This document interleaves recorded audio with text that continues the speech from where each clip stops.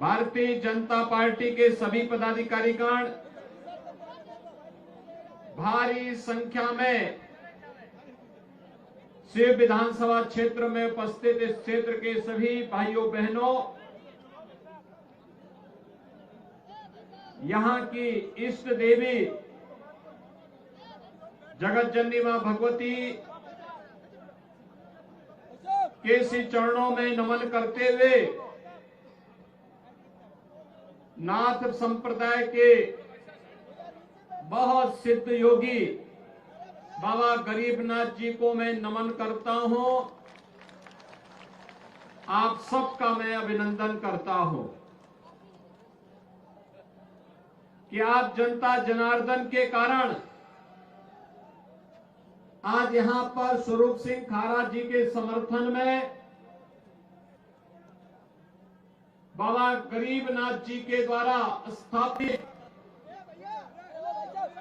शिवनगर में उन्हीं के नाम पर स्थापित इस विधानसभा में आपसे अपील करने की और आपके साथ संवाद बनाने का मुझे अवसर प्राप्त हो रहा है।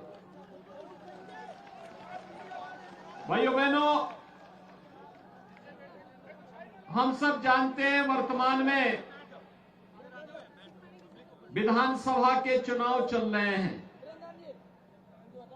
और राजस्थान विधानसभा का ये चुनाव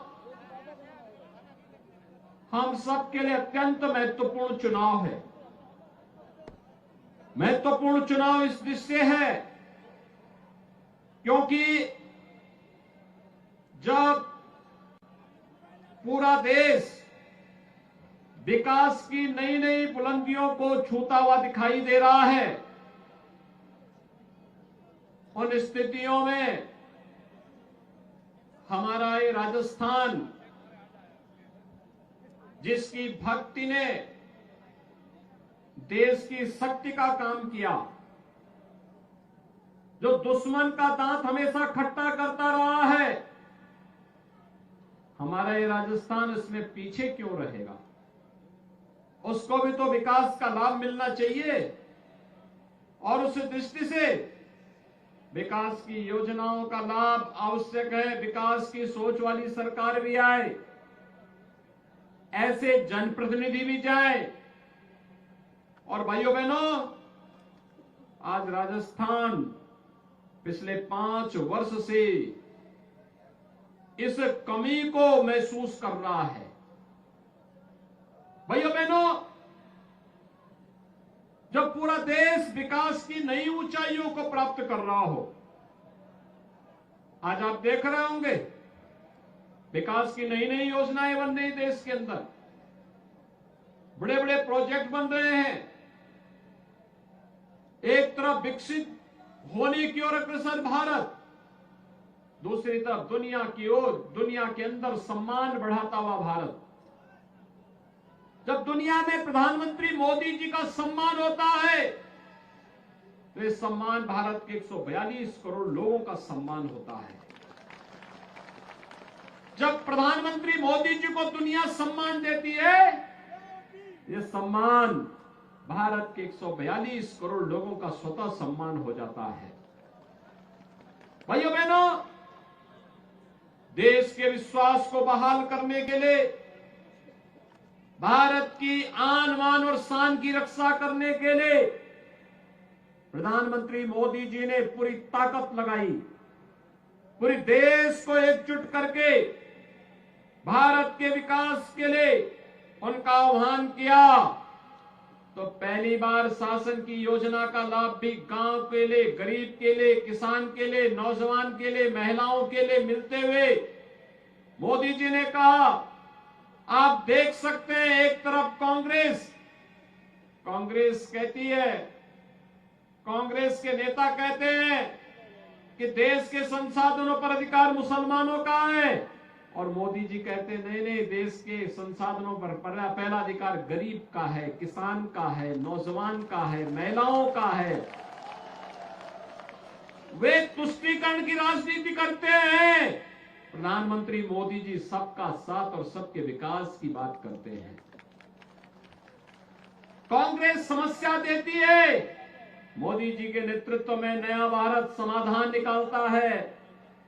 उन्होंने आतंकवाद दिया, मोदी जी के नेतृत्व में भारतीय जनता पार्टी सरकार ने आतंकवाद की समस्या का समाधान किया। उन्होंने नक्सलवाद दिया, मोदी जी के नेतृत्व में भारतीय जनता पार्टी की सरकार नक्सलवाद की समस्या का समाधान दे रही है। उन्होंने गरीबों के हक को जबरन हड़पने का काम किया, मोदी जी के नेतृत्व में हर गरीब के लिए आपने देखा होगा जो काम 60 वर्ष में नहीं हो पाया कांग्रेस नेतृत्व की सरकार में, मोदी जी ने मात्र 9 वर्ष में 12 करोड़ गरीबों के घर में शौचालय पहुंचा दिया। 4 करोड़ गरीबों के घर मकान बन गए, प्रधानमंत्री आवास बन गए। 12 करोड़ किसानों को प्रधानमंत्री किसान सम्मान निधि का लाभ मिल गया। भाइयों बहनों, 10 करोड़ गरीबों को उज्ज्वला योजना का रसोई गैस का कनेक्शन मिल गया। 4 करोड़ गरीबों के घर में बिजली का कनेक्शन भी पहुंच गया। और अब तो हर घर नल योजना को भी पहुंचाने की तैयारी हो रही है। अगर यहां पर राजस्थान में ही बीजेपी की सरकार होती भाइयों बहनों, अब तक हर घर नल की योजना हर घर तक पहुंच गई होती। भाइयों बहनों, यहां राजस्थान में 5 वर्ष पहले जब श्रीमती वसुंधरा राजे जी के नेतृत्व की सरकार थी, विकास दिखता था, विकास होता था, जन सुनवाई होती थी। दुर्भाग्य से सरकार गई और यहां पर कांग्रेस नेतृत्व की सरकार आने के बाद क्या हो रहा है? आज ये विकास में आगे नहीं, सरकार आर्थिक प्रगति में आगे नहीं है। आज राजस्थान किस में आगे है? भ्रष्टाचार में नंबर 1 है, महिला संबंधी अपराध में नंबर 1 है, साइबर अपराध में नंबर 1 पर है, देश के अंदर सर्वाधिक बिजली दर में नंबर 1 पर है, पेट्रोल और डीजल सबसे महंगा राजस्थान में बिक रहा है, महंगाई इंडेक्स में नंबर 1 है, और युवाओं के भविष्य के साथ खिलवाड़ करने और पेपर लीक करने में भी नंबर 1 है। मंडी टैक्स के अलावा गुंडा टैक्स में भी नंबर 1 है। और भाइयों बहनों, यहां पे नए नए माफिया पैदा हो गए। कोई भू माफिया, कोई खनन माफिया, कोई जंगल माफिया, कोई गौ तस्कर माफिया। और भाइयों बहनों, इन्हीं तस्करों के लिए, इन्हीं माफियाओं के लिए हम यूपी में बुलडोजर लेके आए हैं।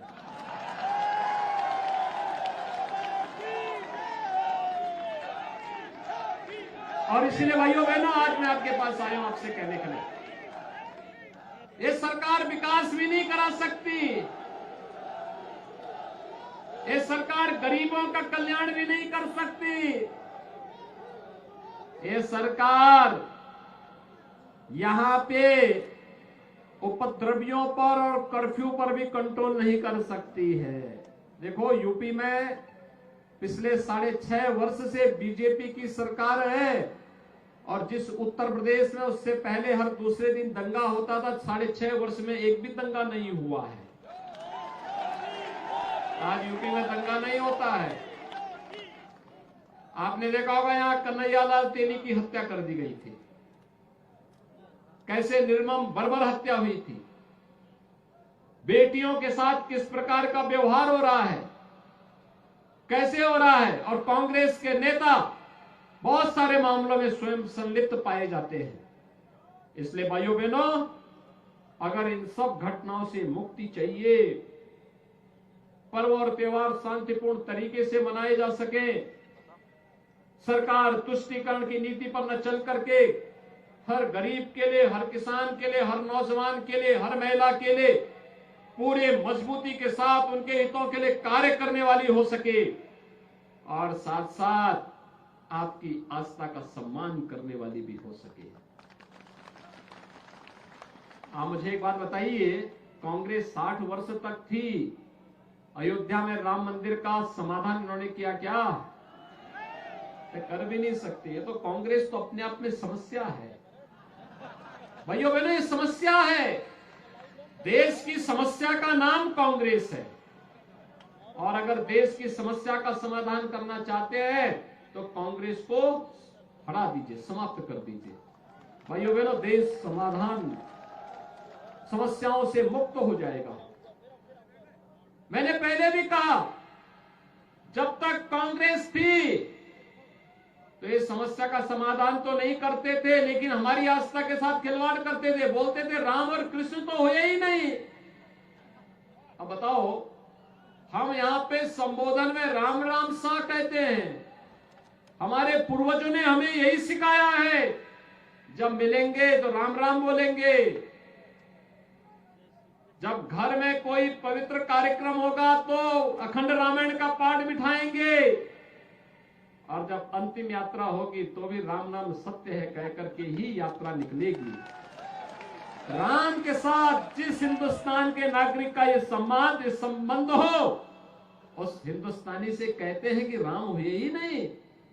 ये तो हमारे धर्म के अस्तित्व पर प्रश्न खड़ा करने जैसा पाप था, और तब भी हम कांग्रेस को बर्दाश्त करते हैं। और इसीलिए मैं आपसे कहने के लिए आया हूं, मोदी जी प्रधानमंत्री बने और उत्तर प्रदेश में भी जैसे ही सरकार आई, समस्या का समाधान हो गया। आज अयोध्या में राम मंदिर बन रहा है ना, आज बन रहा है ना। अब तो कोई संदेह नहीं है ना, कोई संदेह। भाइयों बहनों, मैं आपसे ये अपील करने के लिए आया हूं। देखिए, स्वरूप सिंह खारा जी को भारतीय जनता पार्टी ने प्रत्याशी बनाकर के आपके बीच उतारा है। फुल टाइमर है, आपके लिए हर समय सेवा के लिए तैयार है, जनता जनार्दन की सेवा के लिए तैयार है। भाइयों बहनों, उनके लिए बाबा गरीबनाथ जी का यह पावन क्षेत्र, जो माई की कृपा से बहुत समृद्धशाली होने जा रहा है, उसके लिए वो सेवा करने के लिए आपके बीच आए हैं। और भारतीय जनता पार्टी ने अपने योग्य कार्यकर्ता को इसीलिए आपके बीच उतारा है। देखो, हमें इतिहास की गलतियों से सबक सीखना है।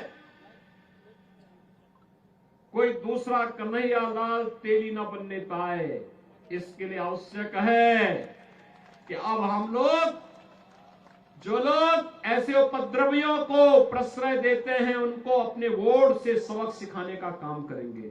मुख्यमंत्री योगी आदित्यनाथ जी महाराज हम लोगों के मध्य में पधार गए, उनका बहुत बहुत स्वागत, बहुत बहुत अभिनंदन। महामहनीय मेधावी त्वदीयं स्वागतम कुर्वा, त्वदीयं स्वागत। बहुत बहुत अभिनंदन।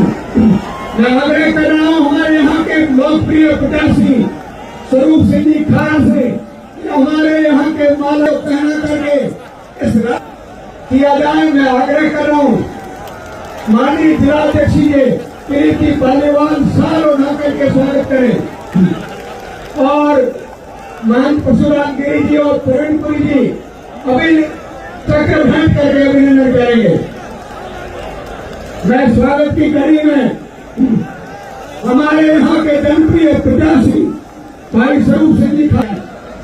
जय श्री राम, जय श्री राम।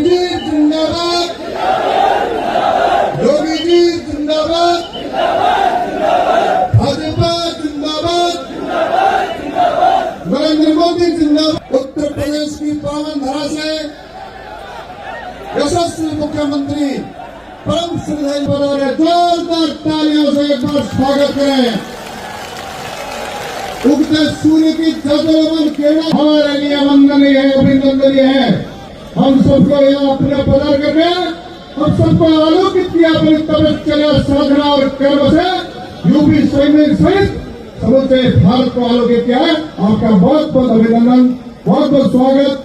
जय हिंद, जय भारत।